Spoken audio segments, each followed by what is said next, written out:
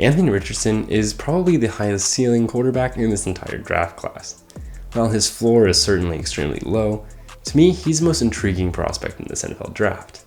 A very inexperienced player with very limited snaps until this season, he definitely has a lot of room to improve.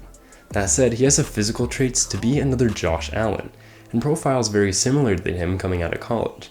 He too is a strong runner with an insane elite arm that can throw it all over the field, but has accuracy issues and consistency issues that may need to be worked on. But to make him an even better prospect than Josh Allen, who wasn't necessarily liked by every analyst, Richardson played in the SEC, not in Wyoming, and he definitely has more experience at higher levels than Josh Allen did coming out of college. So how can we look at Anthony Richardson's tape? What can we do with him, and what's going to make him succeed as a quarterback? Because as we're going to look at, he has those physical traits that you need to be one of the best quarterbacks in the NFL. But he's going to need to be coached. So let's look at the tape, see the good and the bad, and ultimately conclude on how good is Anthony Richardson, and is he going to be one of the next elite quarterbacks coming out of the draft? Let's get into it.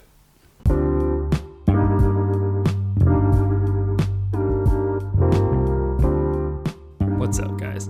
I'm Tyler Coker, and I'm your host for today's episode of Today with Tyler. I hope you enjoy. Richardson has an electric arm that will succeed in the NFL. He has a rather quick release to add to his elite velocity, which is the best example of a first-round arm talent. Even when fading, Richardson has the arm strength to throw the ball all over the field, stretching defenses out entirely. Despite having a powerful arm to lean on, Richardson also throws with anticipation. He understands how route concepts break against defenses, which pairs so well with his arm strength.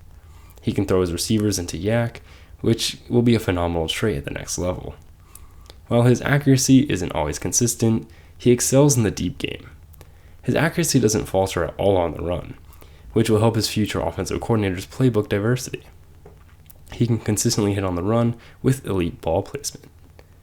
That accuracy on the run plays well into his off-script ability, which is phenomenal. The ability on the run is especially dangerous since Richardson is the best runner in this class. He can run QB power, which he excels at, especially in the red zone. He's extremely powerful combined with his speed, running over defenders completely. Added to the generational physical traits are good reads, which are going to be an X factor in translating to the NFL. Richardson actually reads the field fairly well, reading leverage. With one-on-one matchups, Richardson can take advantage of receivers' strengths. Richardson can read deep defenders and zones to know exactly where to go, just from his pre-snap read.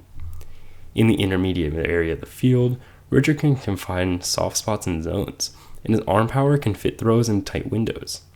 He also showed the ability to progress through reads, which is reassuring for NFL scouts that it is there despite his lack of a playing time. Even when he misses throws, which we will touch on shortly, Richardson showed plenty of good reads throughout his tape.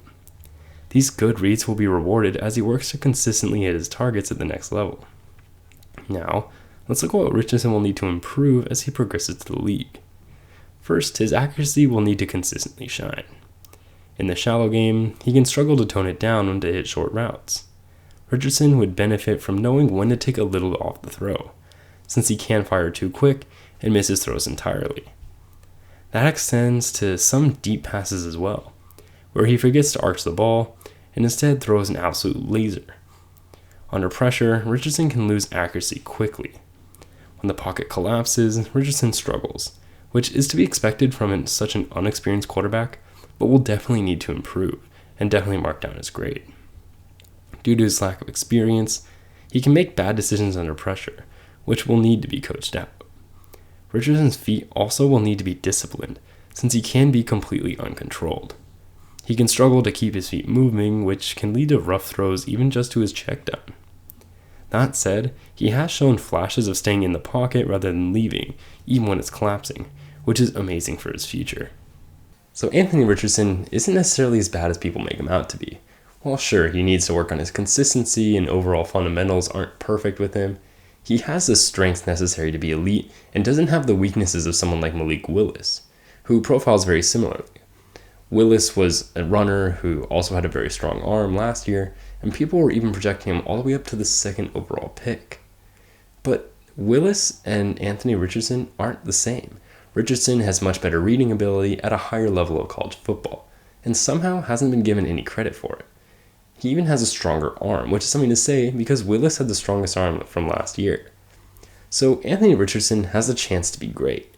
And while I don't think this is the draft where he goes in the top 5, I do think he's going to go fairly early in the draft.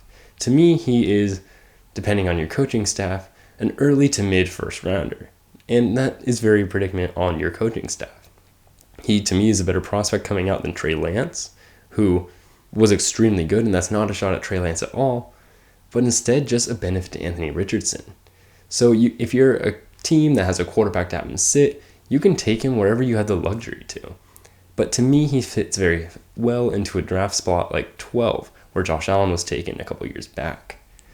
Like Josh Allen, Richardson's going to need some time to develop, and he's not going to be ready for a little bit. But when he is ready, he's going to shine.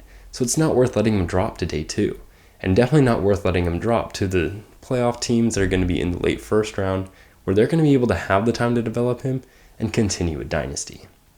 So hopefully Anthony Richardson can be helped by his coaching staff, because I would love to see it.